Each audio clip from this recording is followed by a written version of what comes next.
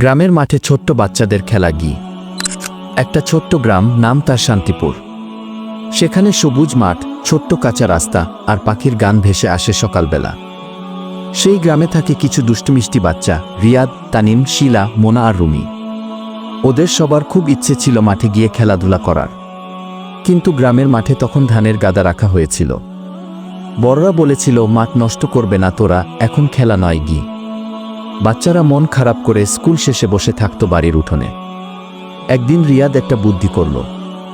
সে বলল, চলো আমরা সবাই মিলে বড়দের সাহায্য করি ধানের গাদা উঠাতে। তাহলে মাঠটা খালি হবে আর আমরা খেলতেও পারব। সবাই রাজি হয়ে গেল।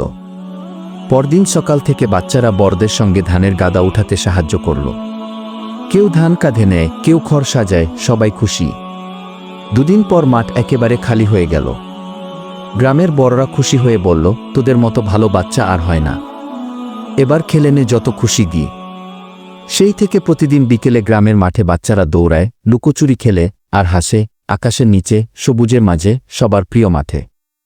শেষ। শিক্ষা: সাহায্য করলে সবাই খুশি হয় আর আনন্দের দরজা আপনা আপনি খুলে যায়।